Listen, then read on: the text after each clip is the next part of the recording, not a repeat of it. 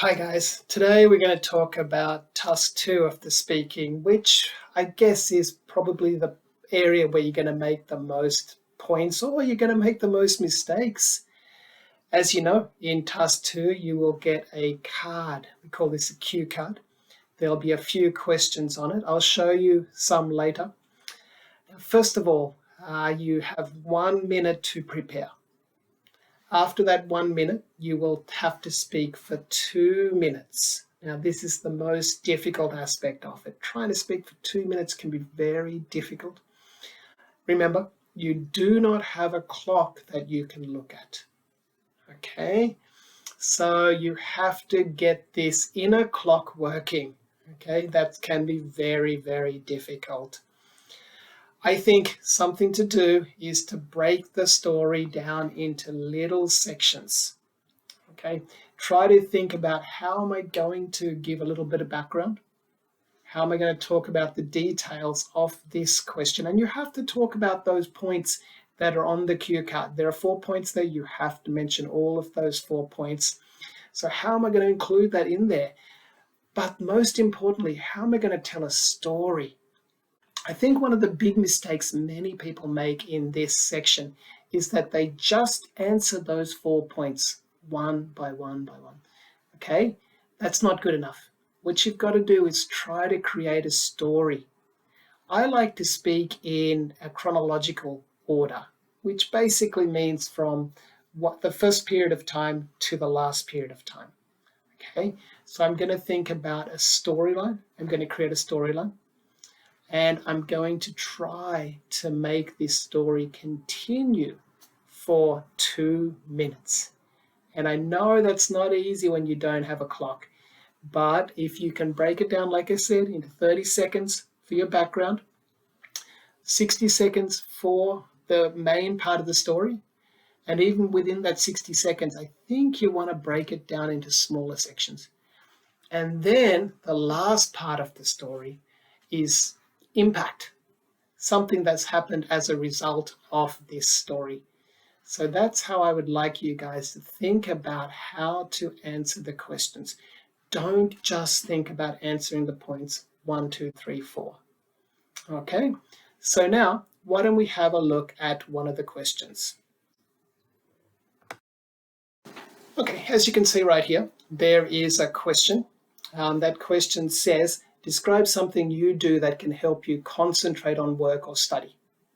Now it says what it is, how it helps you concentrate, when you do it, and explain how you feel about it. Okay, now what I want to do here is firstly, I'm going to talk about how I discovered this trick. Then I'm going to talk about what the trick is and how it makes me study better or work better, and how and when I do it. Okay. Finally, if I have time left over, I'm going to continue talking about the impact it's had on my study technique or my work technique or something like that. All right, so guys, if you have a timer, have a listen to this. I'd like to talk about listening to background music, which happens to be something that helps me work and study a lot better. It helps me concentrate a lot. So to give it all background, 2 years ago when the pandemic hit, I was forced to work from home. But of course I have children, I have my wife, and there's many distractions. So at first it was very difficult for me to focus on my work for long periods of time. Then what I decided to do was I decided to listen to some music, some simple background music, nothing too fast, nothing too heavy, just calm music, especially like classical music. I put this on, I put my headphones on, and then as soon as I get into that transitive, meditational kind of thing, I can focus and I can produce a lot of work without any distractions. In fact, I know that sometimes my kids are having a fight or the television's blaring, but I can't even think about it because I'm in my own little world. And I've noticed that my productivity has improved a lot. In fact, some of my colleagues have told me that I'm a much better worker now during the pandemic than I ever was. So yeah, this has had a really big impact on me. I love it. Unfortunately now, or fortunately, we're going back into the office sometimes. So when I do go into the office, it's not really appropriate to put the background music on. So I've got to find a way around this. Hopefully something will come up and they will say, hey, yeah, don't worry, you can keep the background music on and you can keep listening to your headphones as much as you like. So yeah, I would say that listening to background music is something that really helps me concentrate. Okay, what do you think, guys? That's my answer. I've spoken, I think, exactly for 2 minutes there. If you go back and you review what I said one thing at the beginning. I said, I'd like to talk about listening to background music, which happens to be something I do that helps me work better, something like that, okay? Now that which happens to be is my own thing. I love saying that. That's something that comes from my natural English. You don't have to use that phrase. You can just say which is, okay? I cut the point right from the question, which happens to be something that helps me concentrate. Okay, it's easy. It's not a difficult phrase, but it's something that not everyone likes, so think about that. After that, at about 10-second points, I said to give you a little background. Okay, now this is a trick that I use to add an extra 20 seconds to my answer, because I know that most people are going to finish around the 90-second mark. So I want to expand the answer a little bit. That's why I say to give it a little background. In this case, to give it a little background, 2 years ago, we were forced into the lockdown situation. I was working from home. Now, it's very important that my background doesn't go too long. I want to be around the 30-second mark, and then I want to be focusing on the most important part of the question, which is those things like what it is, how it helps you concentrate when you do it, and how do you feel about it. Those things are the most important parts. So I don't want to talk too much off topic. Okay, so at about 30 seconds, I switched over. I started talking about the most important things, like what it is. All right.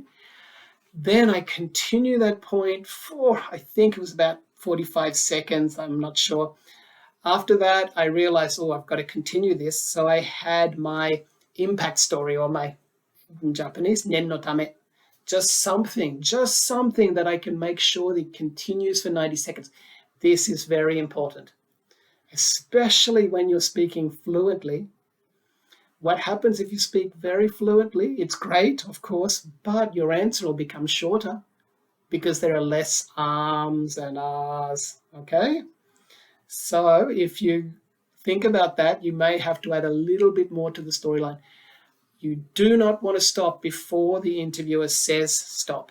You want to continue talking. That's why that nen no tame is very important, okay? Just in case story. All right, so think about that. How am I going to continue the story afterwards? Okay, so think about what I've just done here. How did I do this? Now, the point I want to make is that I tied it back to my work. I think that's important. I could have put a little bit more about, what I'm doing in my work. Maybe I should have. I think when we talk about your work or your studies, something that you're familiar with, then you can use English that commonly comes into your everyday use. Do you understand what I'm saying? If you start talking about something like your holidays and stuff, that can be great, of course. I'm not saying it's wrong, but it may be more difficult to use the high-level vocabulary. Okay?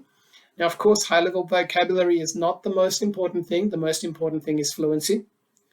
But if you can use your everyday high-level vocabulary, the business vocabulary or your academic vocabulary, maybe that will improve your score. So think about that factor. Okay? So now let me just flash another question onto the screen. Okay, now this one is interesting. It says describe a traditional product in your country. Okay, you can see that there. what the product is, when you tried this product for the first time, what it's made of, and explain how you feel about it. All right. Now, this is a little bit more difficult, I think, because how do I tell a story about this item? It's a traditional product. Okay. So what I want to do here, I think, is try to incorporate Japanese history. Okay. I'm not an expert on Japanese history. I hope you are. But I'm going to pretend I am, and I'm going to be able to use some high-level academic vocabulary in this from my template, something that I've created before. Okay, so I'm going to talk about ukiyo-e, or woodblock art. So just ready for this? Okay, so I'd like to talk about woodblock art, which happens to be a traditional product in my country, Japan. So to give you a little background, Japan went through a period of isolation from the 1600s to the middle of the 19th century. At that time, there was no contact with the outside world, so Japan created its own culture in a sense. And a lot of new arts and new products came out, and something that was very important was the woodblock art.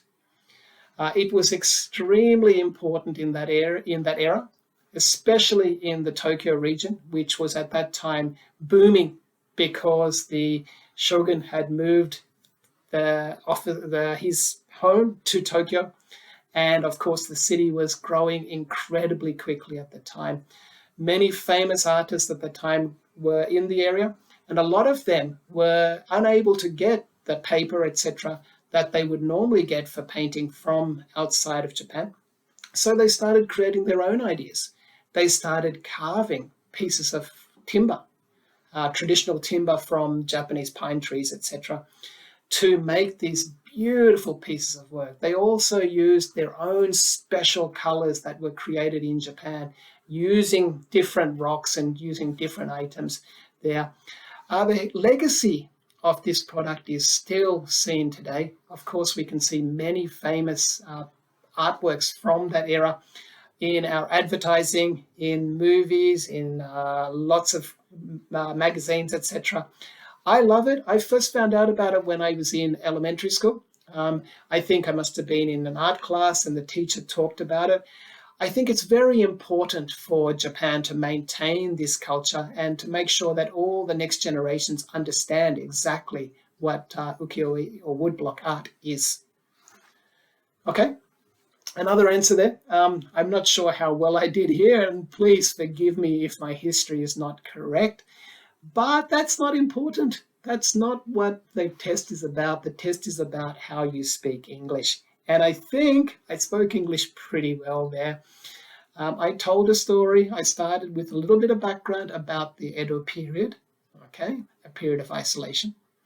Then I talked about how unique art came out at that time. Once again, the background stopped about 30 seconds, and then I got into talking about the woodblock art. Once again, I'm not really an expert on woodblock art. Please correct me. Let me know if I made some mistakes in the comments section. I'll be happy to check it. Okay, but anyway, that's the task 2. I hope you enjoyed it. It's not easy, okay? What I want you to do is check the websites, and please contact me if you need to. Try some of those questions on those websites that I always put down here. And if you need help, contact me on my website. So thank you, guys. Good luck with task 2.